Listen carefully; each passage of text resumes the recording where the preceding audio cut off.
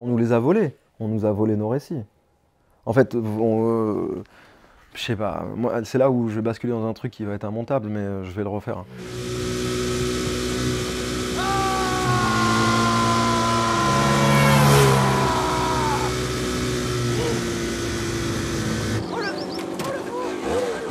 Ah mais ça c'est chez nous, ça c'est en direct de Longuet. C'est T'es un malade. T'es un malade.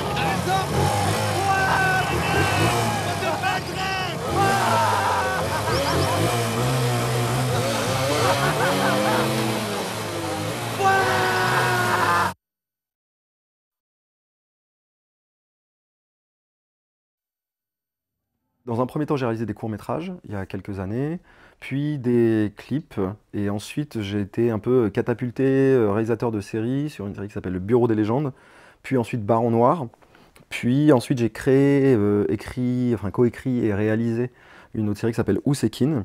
Et en parallèle d'Oussekine, avec Bérénice Boquillon et Faiz Hagen, les co-scénaristes du film, on a écrit La Pampa.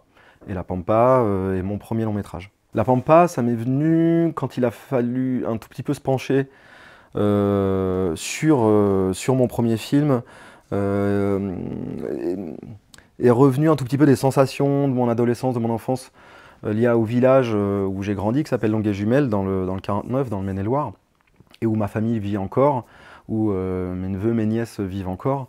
Et donc quand je retournais là-bas voir ma famille, je les ai vus un tout petit peu voilà, pérégriner à travers Longuet, à travers Saumur, et je me suis rendu compte que leur, leur, les problématiques, les enjeux étaient finalement assez proches des miens quand j'étais plus jeune, quoi. Donc en fait, j'ai commencé à penser un tout petit peu comme ça des trajectoires, des personnages. Et puis, dans un second temps, Bérénice est arrivée. On a commencé à structurer un tout petit peu le film. On s'est penché un tout petit peu sur l'arène qu'est le motocross, ce que ça nous permettait de montrer.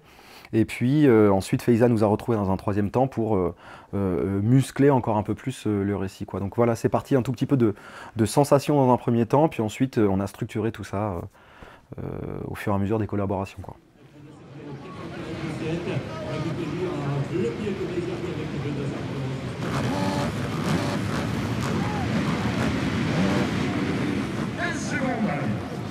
Allez,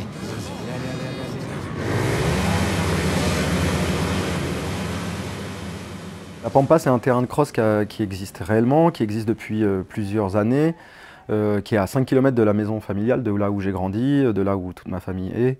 Et c'est un terrain de cross qui a eu un peu son heure de gloire au début des années 2000, parce que c'était la première étape du championnat de France de Supercross.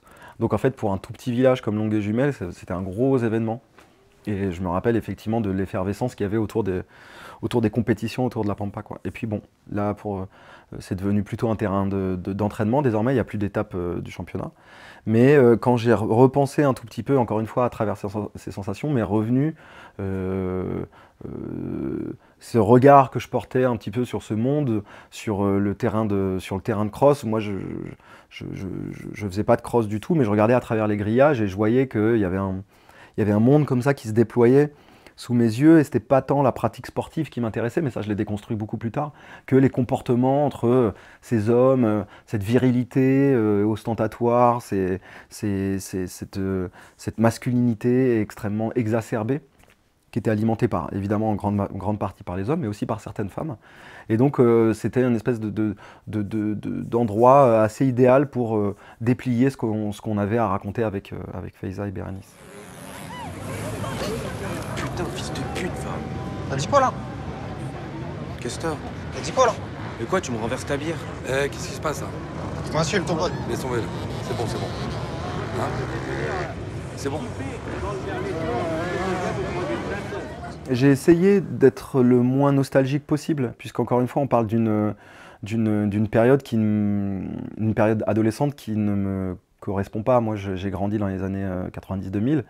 Et donc, en fait, cette génération-là, cette jeunesse-là, je la connais à travers mon regard d'adulte. Donc, c'était important aussi de garder une espèce de distance comme ça et de pas, je crois, injecter dans le film des projections ou des sensations qui n'étaient liées qu'à ma propre trajectoire d'adolescent, qui n'était pas celle des adolescents d'aujourd'hui. c'est pas les mêmes outils, c'est pas évidemment le même vocabulaire, c'est pas la même violence exactement, c'est pas le même amour non plus. Donc il fallait aussi être attentif pour faire en sorte d'être au plus près de l'aspect contemporain de la chose. Vous citez Aftersun, c'est un film effectivement que j'ai beaucoup aimé, et que j'ai beaucoup aimé dans son questionnement. Bon, j'ai beaucoup aimé le film, hein, mais j'ai beaucoup aimé effectivement le rapport, ce qu'on pouvait projeter nous en tant que spectateurs sur le rapport autobiographique à l'œuvre de Charlotte Weiss. Il y a quelque chose en fait où on peut pressentir, nous spectateurs, quelque chose qui la concerne très intimement, et on peut deviner ce qui la concerne très intimement, et en même temps, je trouve, en tout cas moi, du souvenir que j'ai en tant que spectateur quand j'ai vu Aftersun, c'est qu'à aucun moment, en fait, ça ni ne parasite, ni empêche. Enfin, il y a quelque chose on se pose la question dans un deuxième ou un troisième temps, et puis ça n'empêche pas l'adhésion totale au film et aux émotions, et voilà. Donc, je ne sais pas si je pourrais, en toute humilité, faire un parallèle avec Aftersun, qui est un film, encore une fois, que j'adore, mais en tout cas, j'ai le sentiment que dans le geste, il y a quelque chose qui peut effectivement être similaire. J'ai toujours eu le sentiment dans ma trajectoire intime qu'en fait, les personnes absentes pouvaient être beaucoup plus qualifiantes. Quand je dis qualifiante, pouvaient nous constituer beaucoup plus que des personnalités importantes, une mère, un père, un frère ou une sœur qui était très présent, trop présent. Ça pouvait évidemment nous sculpter, nous calibrer notre tempérament, notre rapport aux choses, à la vie, mais que les absents, puisque ça procure forcément des projections, des fantasmes, pouvaient aussi qualifier, ou en tout cas nous calibrer, quoi. C'est quelque chose qu'on a injecté dans le personnage de Willy, effectivement, ce père absent. Ce père absent, donc cette espèce d'idéalisation, un tout petit peu, de ce que pouvait être son père. Aussi le rapport muséal qu'il pouvait avoir à ce qui concerne tout ce qui a appartenu à son père. Et puis, effectivement, en parallèle de ça, avoir le père de Jojo, qui a une espèce de présence violente, indéniablement, mais aussi une trop forte présence. En fait, c'était d'essayer de jouer dans un truc un tout petit peu presque paradoxal entre un père trop absent et un père trop présent. Comment, en fait, à quel point ça pouvait calibrer la trajectoire de Willy, qui est plus en retrait, qui est plus taiseux, mais qui regarde son pote avec ce père trop présent. À certains moments, on peut se dire qu'il a une sorte d'envie, en tout cas de... Jalousie, c'est un grand mot, mais en tout cas d'envie, quoi. Là où, pour Jojo, on pourrait imaginer qu'effectivement, un peu plus d'absence le soulagerait, en tout cas l'apesantirait un tout petit peu moins, quoi. Donc voilà, c'était aussi dans un souci de calibrage, quoi. Voilà. Alors, papa? C'est pas mal, mais t'es monté trop haut sur le plat après le départ. C'est là que t'as perdu du temps. Oh, très bien, c'est très bien, très bien. Ce qui était important, c'était pas d'être dans un rapport le moins manichéen possible, c'est-à-dire de ne pas montrer forcément une mère seule qui se bat et qui n'arrive pas à reconstruire une vie amoureuse ou autre.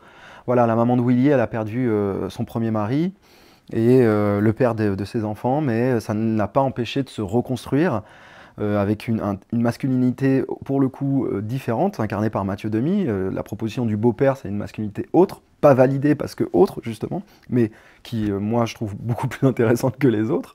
Et à contrario, effectivement, il y a la mère de Jojo qui, elle, est dans cette espèce de sillon, dans cette espèce de rail qu'impose un patriarcat qui n'est pas lié tant à la ruralité, mais qui est lié à une classe aussi beaucoup, je crois. Alors, la violence du patriarcat traverse toutes les classes, mais en fait, cette classe-là, elle est aussi, ça se qualifie à des endroits bien précis, au fait qu'on talonne tout le temps, on soutient tout le temps l'homme, et elle le soutient de manière indéfectible, quoi.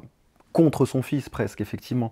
Donc c'était important aussi pour Faiza et Bérénice et moi de montrer qu'en fait tout ça, toute cette violence pouvait être alimentée, encore une fois, en grande partie par les hommes, mais pouvait être validée et alimentée également par une partie des femmes de ce genre de territoire, quoi. ramener ta gueule ici. Papa, C'est écoute-moi. même pas de rentrer, je te préviens. Papa, Tout le monde t'a vu là, tout le monde sait que t'es qu'un petit pédé là. Tu me fais honte, je passe pour qui moi? arrête s'il te plaît. 100 000 balles que j'ai investi dans ce putain de chiotte de merde.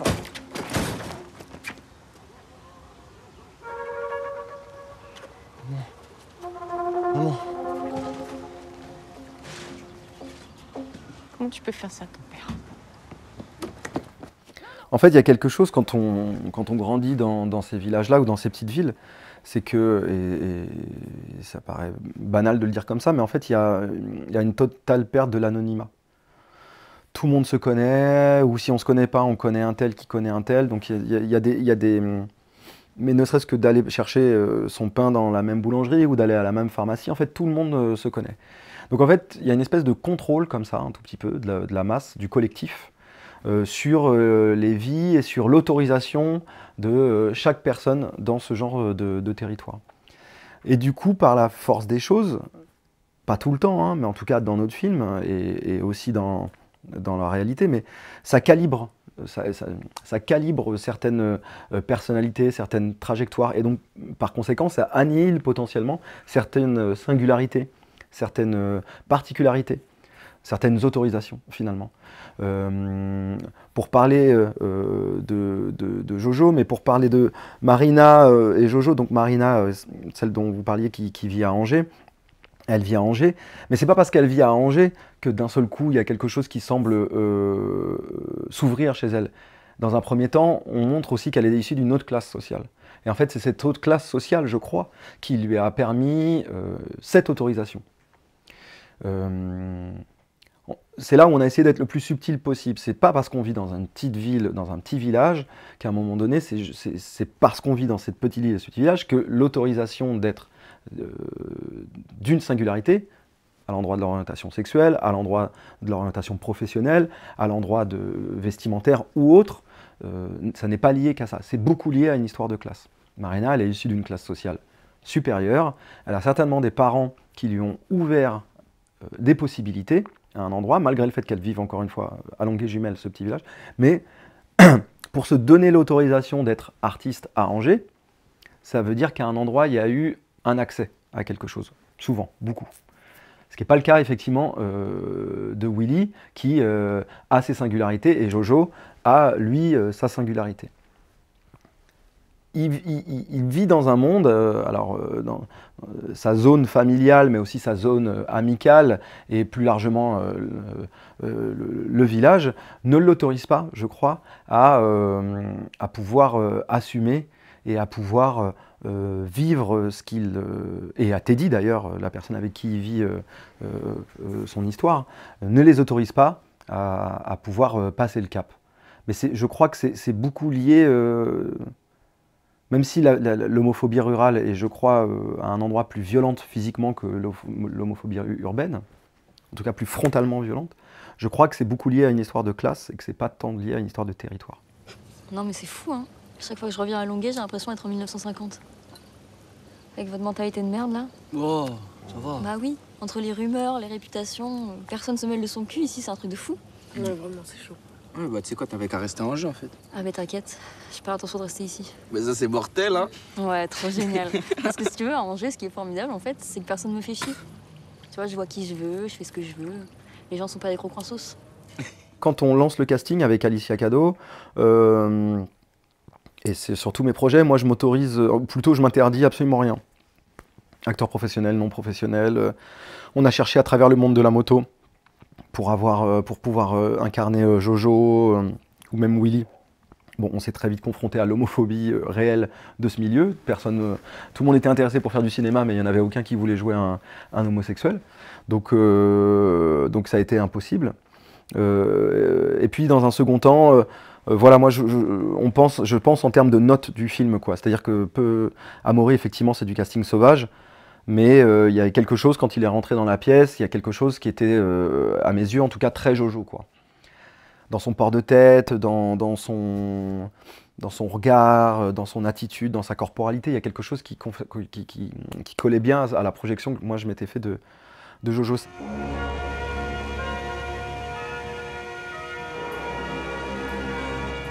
Saïd, on se connaissait parce qu'on avait fait Oussekine un peu ensemble. Enfin un peu, on avait fait Oussekine ensemble. Et en fait, j'avais le sentiment de ne pas l'avoir assez filmé. J'avais le sentiment qu'on pouvait aller encore un peu plus loin, quoi. Donc voilà, je m'étais pas autorisé à penser à lui parce qu'en fait c'est devenu un ami et j'avais pas envie de tourner avec lui sous prétexte que c'était un ami. Il s'avère qu'il a passé le casting, au bout de 30 secondes c'était réglé, c'était Willy. Et ensuite pour figurer effectivement cette amitié, moi j'avais constaté souvent que dans les films ou dans les séries, les amitiés elles étaient un peu plastiques, quoi. Elles étaient un peu, j'y croyais pas, quoi. Moi j'ai toujours eu le sentiment que l'amitié ça se jouait dans les silences, que ça se jouait dans les creux. Pas tant dans le truc de je te kiffe et que je te montre à quel point on se kiffe. Ça se montre dans la manière dont les corps peuvent se toucher, la manière dont on est à l'aise, encore une fois, dans les silences et dans les absences d'activité finalement. Donc j'avais très envie de ça, j'avais très envie que les corps parlent d'amitié et que les regards et que les attitudes finalement traduisent cette amitié. Donc en fait, une fois que le casting a été fait, on a fait beaucoup de répétitions, les deux. Enfin, tout le film a été répété avec tout le casting, mais pour ce qui concerne Jojo et Willy, donc les deux amis, beaucoup de répètes tous les deux. Puis ensuite, quand c'était sûr que ça allait être eux deux, on les a envoyés à Longueuil-Jumelles chez moi pendant 3 jours. Ils sont partis, on leur a pris un Airbnb à Longueuil et puis ils ont galéré, quoi, comme les personnages du film. Ils ont passé 3 jours ensemble à dormir dans la même chambre, à aller sur les lieux du tournage, l'hôpital désaffecté, la Pampa, enfin à droite à gauche. Ils se sont aussi retrouvés confrontés un peu à la réalité de la galère quand tu es à Longueuil. Il n'y a pas de bus, il n'y a pas de train, comment on fait pour aller à la ville, comment on s'occupe et tout ça. Bon bref, ils ont vécu 3 jours et je leur ai dit que peu importe qu'ils s'embrouillent ou qu'ils se kiffent, il fallait qu'il se passe quelque chose entre eux. Donc il fallait qu'ils reviennent avec leurs propres histoires, leurs anecdotes, leur mythologie finalement, leur histoire à eux qui les concernait. Et puis sur lequel ils allaient pouvoir s'appuyer pendant le jeu, pendant le tournage. Un truc qui ne concerne rien d'autre que eux deux, quoi. Donc c'était... Et puis il s'avère qu'ils se sont kiffés en fait tous les deux, c'est devenu vraiment des potes, ils traînent encore ensemble, ils se sont vraiment entendus, quoi. Donc c'est comme ça qu'on a construit un tout petit peu l'amitié, quoi. T'inquiète pas. T'inquiète pas, moi. Donc Artus, moi j'avais eu la chance de le caster pour le Bureau des légendes. En saison 3 il était beaucoup dans le bureau, et en saison 4 il était beaucoup sur le terrain. Donc on a beaucoup tourné ensemble sur la saison 4, on est devenus proches. Et puis j'ai senti à quel point c'était un super comédien, tout simplement, en fait. À quel point il y avait une profondeur de jeu. Il y avait quelque chose qui moi, m'intéressait, en tout cas, chez Artus. Et puis, quand on a écrit La Pampa, ce rôle de Teddy, j'avais envie, en fait, de cette... En fait, j'ai jamais pensé à quelqu'un d'autre qu'Artus. C'est-à-dire que je savais qu'il était un endroit du cinéma qui était complètement, a priori, autre que celui où moi je voulais aller, cinéma d'auteur versus comédie populaire. Mais il y avait quelque chose où il avait cette corporalité, cette potentielle violence, ce potentiel empêchement que demandait Teddy. Et donc quand il a fallu penser au rôle, j'ai tout de suite dit Artus. Alors ça a été compliqué. Parce qu'en fait, différents financiers ne voulaient pas d'Artus dans un film d'auteur, quoi. Mais on y a cru, on y est allé. Et puis, il y a quelque chose du personnage de Teddy. Comme on est devenu proche, je sais qu'il y a quelque chose du personnage de Teddy qui est très proche de quelque chose que vit intimement Artus. Donc en fait, je savais que la thématique et les problématiques problématique, c'est même pas le terme, mais en tout cas les questionnements que se pose Teddy, ça pouvait résonner chez Artus. Vas-y, parle. Viens, on se casse. Si on gagne le championnat, on se casse d'ici. Arrête avec ton délire, d'accord? C'est fini, y a plus rien, y a plus de championnat, plus de croche. J'ai dit à ton père, c'est mort, d'accord?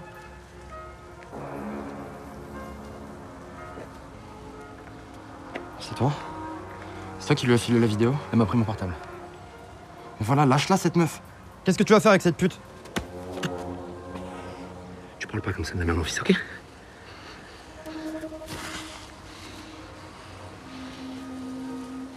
Je vais le dire. Teddy, tout ce qu'on a fait, tout ce qui s'est passé entre nous, je vais le dire à tout le monde. Tu veux dire quoi? Dis ce que tu veux, raconte ce que tu veux à qui tu veux, qui va croire. T'es seul dans ton délire, là, tu comprends pas?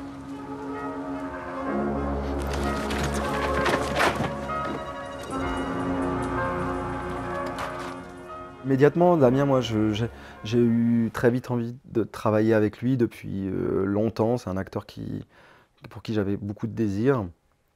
Et donc, il a fallu... il tourne beaucoup, Damien. Mais c'est pareil, il n'y a eu personne d'autre, en fait. C'est comme Artus, c'est-à-dire que je l'ai rencontré. Il m'a dit qu'il tournait beaucoup. Je pense qu'il a mitonné. Il a eu un peu peur du rôle, quoi. Le rôle est violent, il est vraiment aussi à un endroit où, je crois, je me permets de le paraphraser parce que je ne m'autoriserai pas à dire ce que pense Damien, mais il m'a dit que le rôle de David l'emmenait à des endroits où il n'avait jamais été et qui le faisait un peu flipper, quoi. Donc il a fallu le convaincre, y retourner, lui proposer plein d'alternatives pour pouvoir tourner, puis il a accepté. Et ça s'est trop bien passé, et je crois qu'aujourd'hui, j'espère qu'il ne regrette pas, quoi. Mais ça a été très évident que ça allait être avec Damien, quoi. Hey. Viens. On termine la saison. Hein? Il reste une course. On a une semaine pour être prêt. On va au bout de ce qu'on était censé faire avec Jojo. Viens. On le fait pour lui. On le fait pour ton père. Je sais pas, David, je sais pas. Hey, tu connais les circuits et les bécanes comme personne. T'es bien meilleur que tous ces pilotes. La petite sœur, effectivement, et c'est casting sauvage, pareil, elle avait jamais rien fait, mais elle vient de ma région. Dès le premier essai, elle était très très forte, et elle est effectivement super, quoi. Elle vient de mon village, quoi.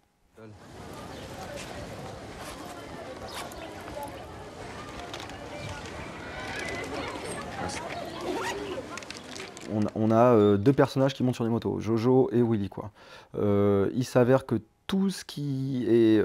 Willy, donc Saïd El-Ami, a le permis moto, donc Jojo, Amaury, lui, il ne l'avait pas. Il a fallu lui faire un petit entraînement. Et donc tout ce qui est sans casque ou avec casque, mais plans évidemment serrés, ils sont réellement sur des motos. Et tout ce qui est course, en fait, comme on intégrait des vraies courses de cross, c'est évidemment des doublures, quoi. Ensuite, comment filmer tout ça? C'est-à-dire que dans le film, il y a deux courses. Il y a la première course qui est du point de vue de Willy, donc très indirectement du point de vue du spectateur, puisqu'on est à l'extérieur de la course, donc ça nous permet d'avoir un point de vue sur ce qu'est ce monde du motocross. Donc on la filme, j'ai envie de dire, un peu plus classiquement. On montre un tout petit peu la dangerosité, la rapidité de ce que constitue en fait ce sport. Et la deuxième course, pour le coup, qui est un rapport beaucoup plus immersif. Il fallait trouver quelque chose de plus singulier, puisqu'on est avec le personnage. Il fallait qu'on soit à l'intérieur de la course, quoi. Et donc, voilà, on a trouvé ce plan. Il y a un long plan à l'intérieur de la deuxième course. Moi, je voulais, c'est marrant, il y a une affiche d'Akira, mais en fait, moi, j'avais un plan en tête d'Akira au départ dans Neo Tokyo. Quand il y a la course-poursuite, en fait, il y a des plans incroyables. Bon, c'est un grand film, hein, Akira. Mais j'avais un plan en tête, en fait, de la course-poursuite, et qui est impossible à faire pour deux raisons. D'une, parce qu'en fait, il y a une histoire de poids avec la caméra, et deux, en plus, comme on intégrait des vraies courses de cross, il fallait prendre aucun risque, évidemment, pour la doublure, mais également pour les autres coureurs, quoi. Donc en fait, c'est très simple, c'est une GoPro. On a mis une GoPro en fait sur le torse d'un des motocross, enfin d'une des doublures, et en fait c'est un crossman très bon qui fait la course. Pour la petite anecdote, il était tellement fort que la première fois, une compète de cross, il y a plusieurs courses dans la journée. Donc il y a les qualifs, ensuite les quarts, les demi. Hein. Et donc sur les premières courses, il était tellement fort, notre doublure, qu'en fait il partait, les herses elles tombaient, il partait, et en fait il y avait des rushs vides. Il était premier tout le long, et il n'y avait rien du tout, donc il est sorti de la course. Et j'ai dit, écoute là, c'est super, mais il faut que j'ai de la matière à monter, laisse les double-en un peu, quoi. Il me fait, ok, pas de problème. Clac, il a enchaîné avec une deuxième course, enfin une troisième course, et boum, les herses tombent, et il part pas. Et il y a tout le monde qui part, et lui il bouge pas, quoi. Et ça dure 15, 20 secondes, et il part pas, et tout le monde est en train, ils ont fait déjà quasiment la moitié du... Et là, boum, il part, quoi, et il les double tous, un par un. Le mec avait vraiment un niveau de ouf, quoi. Il les double tous un par un, et c'est le rush que vous voyez à la fin du film. Et on sent en plus qu'il a une totale conscience de ce qu'il est en train de filmer, puisque je lui avais dit, essaie dans les extérieurs que ce soit un peu plus dur, laisse-les partir. Enfin, je lui avais donné, de ce que je connais un tout petit peu, enfin de ce que je voulais plutôt, 2-3 indications. Il les a respectées à la lettre. Et c'est ce qui donne le plan que vous voyez à la fin, quoi.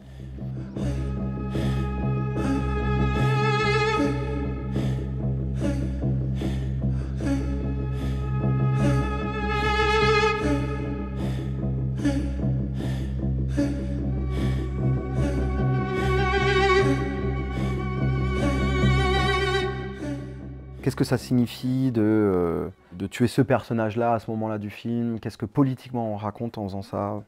L'adresse, en fait, finalement. À qui on parle, quoi, en faisant ça. Bon, voilà, on a répondu à toutes ces questions. C'est un peu trop long pour étayer, mais il était important pour nous de montrer à quel point les violences faites sur la communauté queer dans ces territoires-là pouvaient encore tuer. Enfin, l'exemple, il y en a. Hein. Et qu'aujourd'hui, il était temps de montrer à nouveau, frontalement. Moi, c'est quelque chose auquel je crois. En fait, je crois vraiment au pouvoir de l'empathie que provoque un film. Et qu'on avait envie de montrer à quel point... et surtout pour les personnes qui pouvaient douter encore de cette violence, à quel point en fait ça pouvait convoquer le pire, quoi. Donc voilà, ça a été à l'écriture, avec encore une fois une destination bien précise. Et puis dans un second temps, ça a été des discussions avec Amaury, beaucoup, de comment, pourquoi, à quel endroit positionner, voilà. Je sais pas à quel point on peut spoiler parce que c'est, mais bon, voilà, de où le flingue est positionné. Là, il est positionné sur le cœur, pour le coup. Qu'est-ce que ça signifie? Ça a été lié à une recherche par rapport à la gendarmerie. Il s'avère que il y a un certain type de catégorie de personnes qui, quand ils se tirent une balle dans la tête, et un autre type de catégorie de personnes qui, quand ils se tirent une balle, se tirent dans le cœur. Donc, voilà. Ensuite, quand on l'a tourné très simplement, peu de gens sur le plateau. Je savais que j'allais interrompre vite, en fait, que l'idée n'était pas tant dans un plaisir morbide, mais qui était plus dans une volonté impactante de ce qu'on voulait raconter sociétalement, politiquement, à cet endroit-là, en fait, de cette violence que le collectif pouvait provoquer face à cet individu-là. Ce qui était important, c'était de provoquer en fait ce rapport impactant auprès des spectateurs, et surtout auprès, encore une fois, des spectateurs qui pouvaient douter de ça. Et aujourd'hui, je crois que, avec ce qui se passe à droite à gauche, en fait, manifestement, il y a encore évidemment beaucoup de taf, quoi. Donc, on l'a tourné sobrement, c'est-à-dire que tous les plans sont montés. Je savais que je voulais avoir ce plan sans amorce sur les parents, comme ça, dans l'obscurité. Puis ensuite récupérer son profil, avoir la fenêtre et avoir ce geste, quoi, ce geste. Voilà, ça a été très... Je pense que si je relis le scénario, c'est vraiment écrit tel que c'est filmé. Il y a, encore une fois, tous les plans sont montés, et puis avec Lilian Corbeil, le monteur, quand on l'a monté, très naturellement, on a eu ce sentiment que le noir devait partir très vite, quoi, c'est-à-dire sur l'impact. Après, il y a la question du noir, de la durée du noir, quoi. J'avais écouté un podcast de Nicole Brenez, historienne du cinéma, sur le noir, justement, fascinant, sur la durée du noir, sur qu'est-ce que racontait un noir, sur comment on traitait un noir au cinéma. Et donc, du coup, j'avais en tête bien ce qu'elle avait indiqué et comment on arrêtait en fait un noir au cinéma. Et donc, il y a cette voix de la mère de Willy. En fait, on quitte Jojo, puis la première voix derrière, c'est la mère de Willy qui appelle Willy dans le noir. Puis d'un seul coup, voilà, on ouvre. Donc voilà, je ne sais pas si c'est très précis ce que je dis, mais je crois que ça a été très clair très vite, la manière dont on l'a écrit et donc filmé, quoi.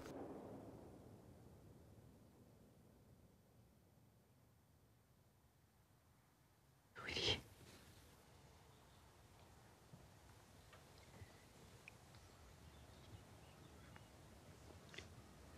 Willy.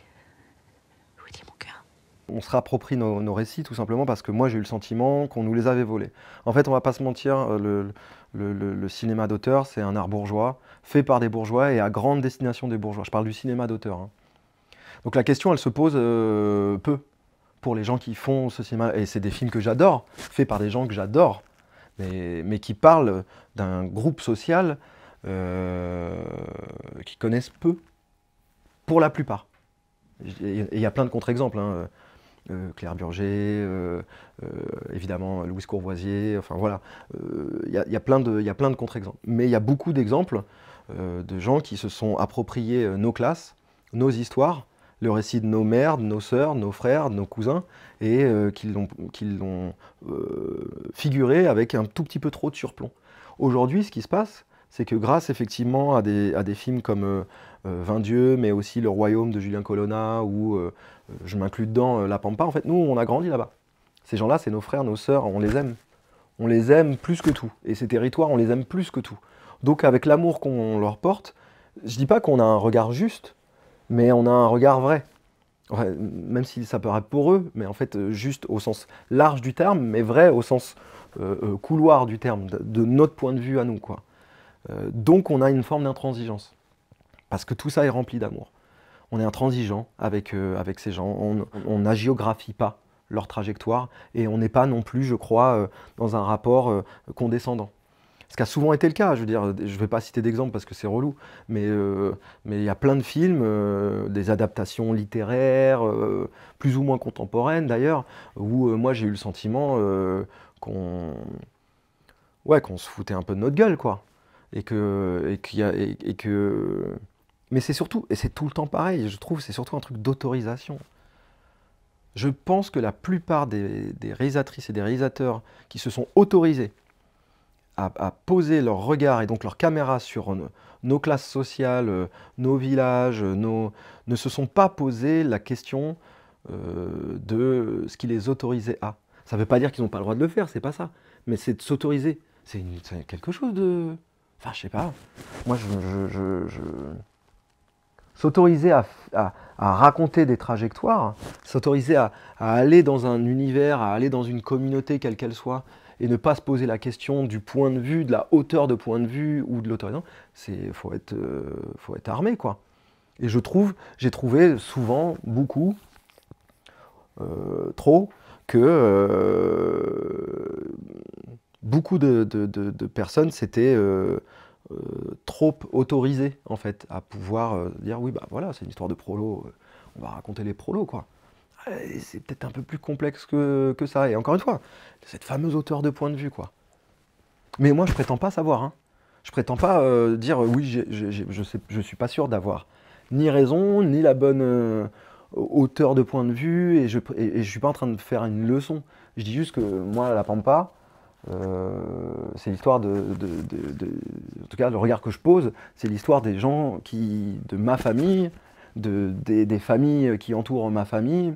Quand je dis ma famille, c'est pas au rapport autobiographique, c'est que le regard que je pose, c'est sur le territoire que je connais, où ma famille vit encore, donc ça ne m'autorise pas plus, mais en tout cas, j'ai une forme un tout petit plus de légitimité. C'est juste une histoire qui décrit la lutte entre le bien et le mal. Puis, tout le monde pense qu'Apocalypse, c'est la fin du monde. Alors qu'Apocalypse, ça veut dire dévoilement. C'est pas la fin du monde, c'est la fin d'un monde. Avant un nouveau.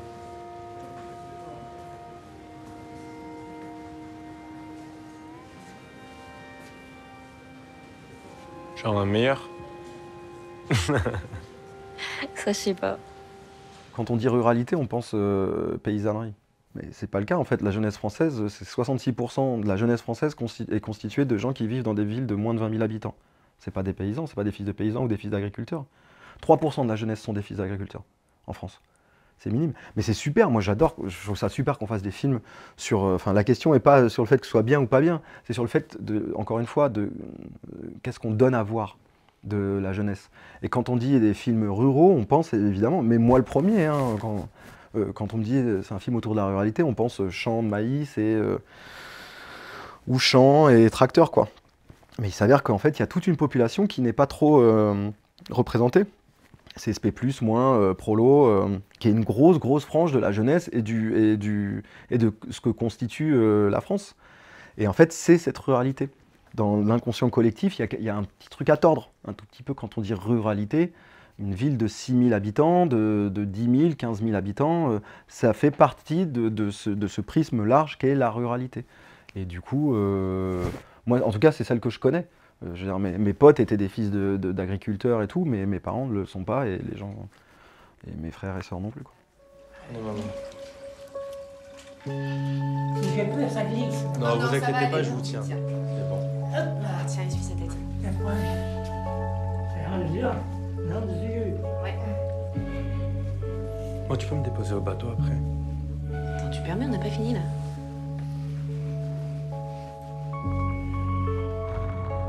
Le titre de travail, ça a été Trompe la mort, mais bon, j'ai vite trouvé ça un peu nul. Et en fait, effectivement, il y a un truc, Trompe la mort, c'est un truc il y a une analogie évidente avec la première scène où on a Jojo qui traverse, mais c'est aussi Trompe la mort, c'était aussi une manière plus large de ce qu'on donnait à voir de ces territoires-là. Trompe la mort, en fait, c'est effectivement traverser une route alors on peut se faire percuter par des voitures, mais c'est aussi une existence autre, alternative. C'est une pensée autre qui peut être un peu trompe la mort. Donc ça englobait plusieurs choses de plusieurs personnages, mais autant de Marina que de Jojo que de Willy, quoi. Trompe la mort, c'est pas forcément, en tout cas moi, ce que j'avais en tête, c'était pas forcément dans un rapport de dangerosité physique, quoi. Que physique, je dirais.